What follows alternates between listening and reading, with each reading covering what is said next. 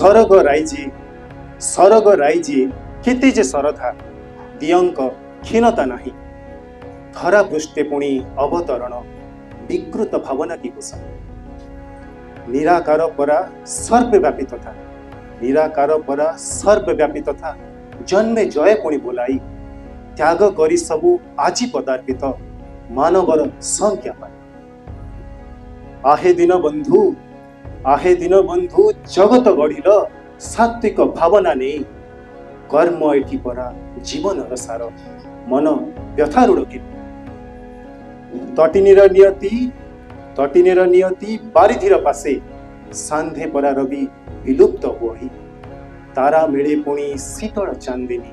एठी आकाशर सीमा नहीं समय चकजे गड़ी चले एठी समय चकजे गड़ी चले एठी गलीर पर्याय एवं चालई सूरज पुणी जे ग्रासिब धरणी महाजुगर पुणी प्रारब्ध हुए मनोरम परा एम ही भुवन हेले अस्त व्यस्त एटी जीवन साजई कर्म मुख पुणी पछघुंचा देले अन्य पात्रे परा से सुजोग मिल विश्व मापदंड राजबळीर मथारे गुंडुजीवी कर्मर रूपरेख साज त्याग करे पल्ली एकलव्य एठी युद्धरत कर्ण निज सर्वस्व हराई प्रत्येकर एठी भूमिका पृथक इतिहास पृष्ठे अभिलेख हुई लोकगल्पे पुणी पाए सी स्थान व्यक्तित्व जार हुए प्रेरणा माया कंदर जे रचे प्रतिक्षण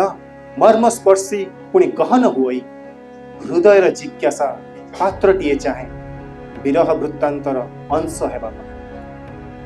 भिन्न स्वभाव जे भिन्न दृष्टिकोण अन्यथा कि मार्ग रुचिकर हुई समस्त जनक कहानी अलगा विदित भावनार अभिलाषी साज शोभन सृष्टिर जे मनोहर रीति पक्षपात नुहे एठी अनुराग मिलई तंत्र मध्य तही केबे कलाकार साजे मंचारूढ़ हुए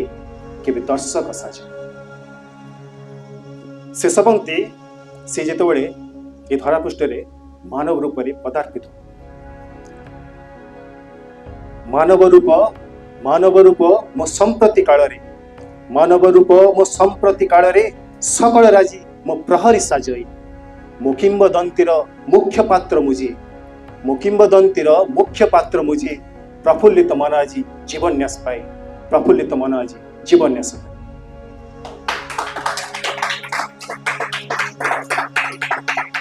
थैंक यू।